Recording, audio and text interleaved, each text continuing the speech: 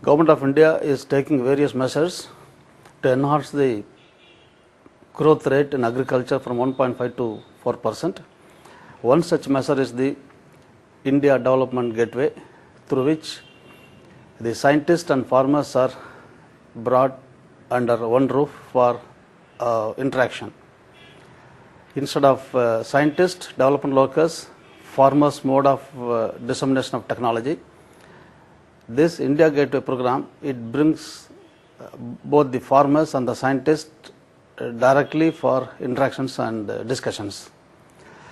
Any such field problems, it can be presented to the scientist and the scientist can immediately respond with a total solution. It's a total package.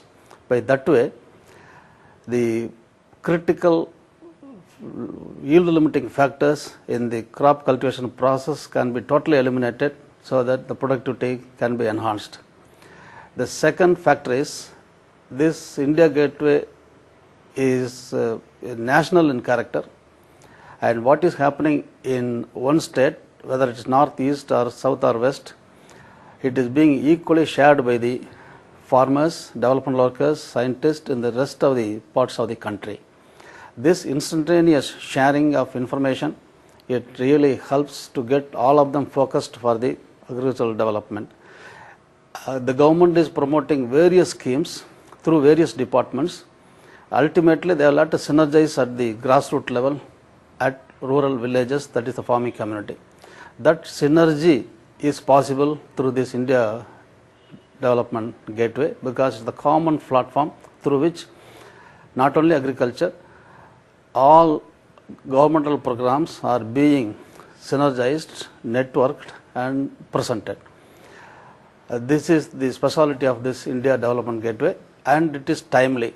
When across the country, entire extension network is becoming weaker and weaker, and this e-platform for the TOT, it is going to strengthen the knowledge spread process, and market driven agriculture can really be made possible.